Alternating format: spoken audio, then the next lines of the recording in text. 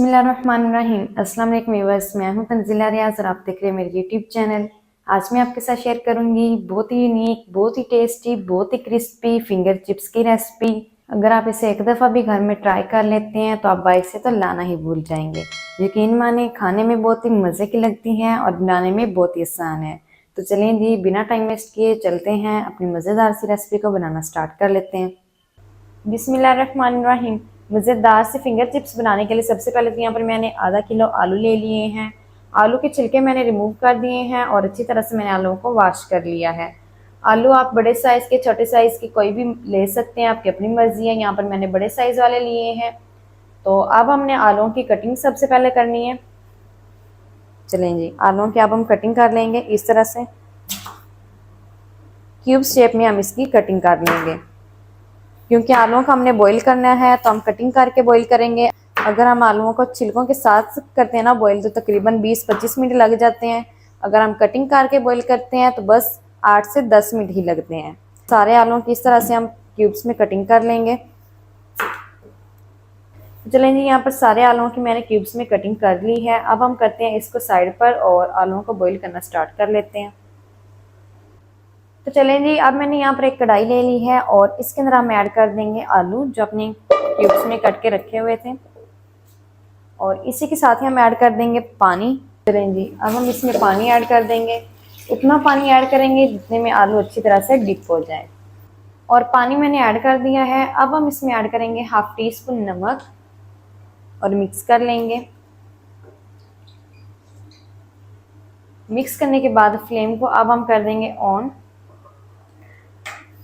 चलें जी, फ्लेम को मैंने ऑन कर दिया है। हम आलूओं को तकरीबन 7 से 8 मिनट तक अच्छी तरह से बॉईल कर लेंगे।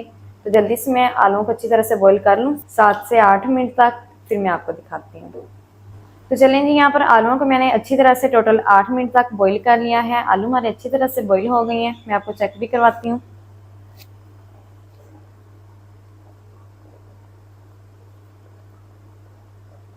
ये देखें, इतने ही आलू बॉईल करने हैं, ज़्यादा ओवर कुक भी नहीं करना। अब हम आलूओं को निकाल लेंगे और आलूओं को निकालने के बाद एक बाउल के अंदर ट्रांसफ़र कर देंगे ताकि आलू हमारे ठंडे हो जाएं। गरम गरम आलू को ही हमने मैश नहीं करना, जब आलू ठंडे हो जाएंगे तब हम इसे मैश करेंगे। तो जल्दी से मैं आलूओं को ठंडा कर लूँ, फिर मैं आपको दिखाती हूँ।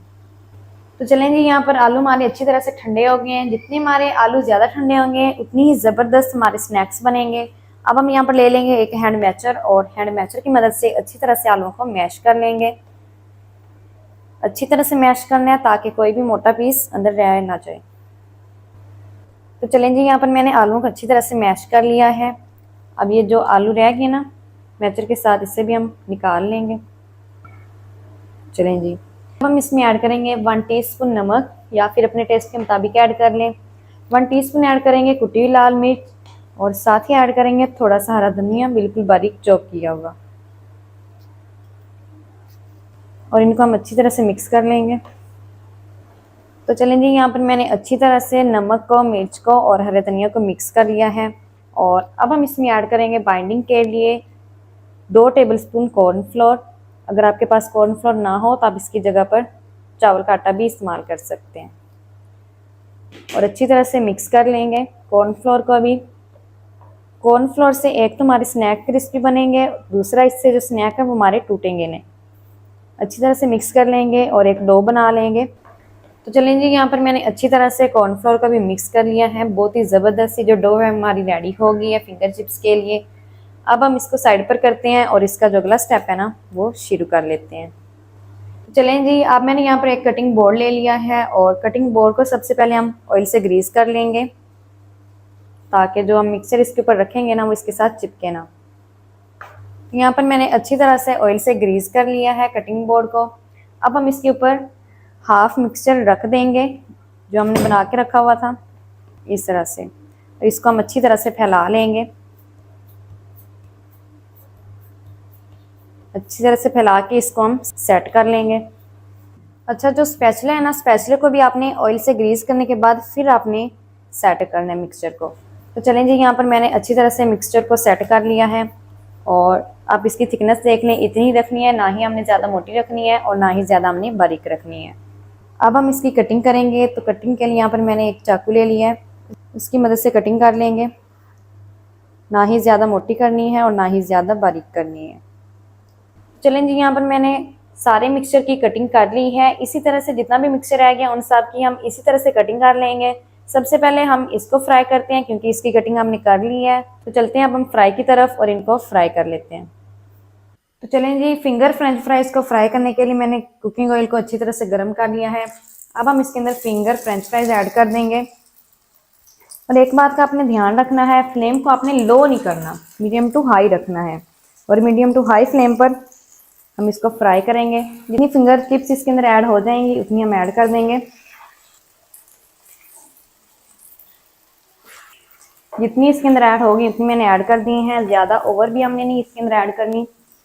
और 1 मिनट तक हमने इनको छेड़ना नहीं है। 1 मिनट के बाद हम इसकी साइड चेंज करेंगे। तो चलें जी, 1 मिनट के बाद इसकी साइड को चेंज करेंगे और अड़ते पलटते हुए तकरीबन 2 मिनट तक हम इनको अच्छी तरह से फ्राई कर लेंगे। तो चलें जी, अड़ते पलटते हुए तकरीबन 2 मिनट तक मैंने अच्छी तरह से पोटैटो फिंगर चिप्स को फ्राई कर लिया है। प्यारा सा गोल्डन सा कलर आ गया है। अब हम इनको बाहर निकाल लेंगे।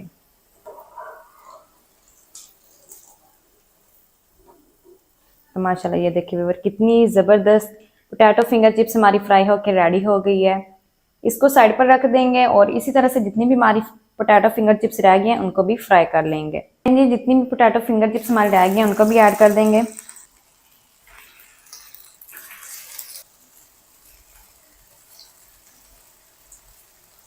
चलेंगे, जितनी भी पोटैटो फिंगर चिप्स हमारी रह गई तो उनको भी मैंने ऐड कर दिया है। जल्दी से इनको भी मैं अच्छी तरह से फ्राई कर लूँ, फिर मैं आपको दिखाती हूँ।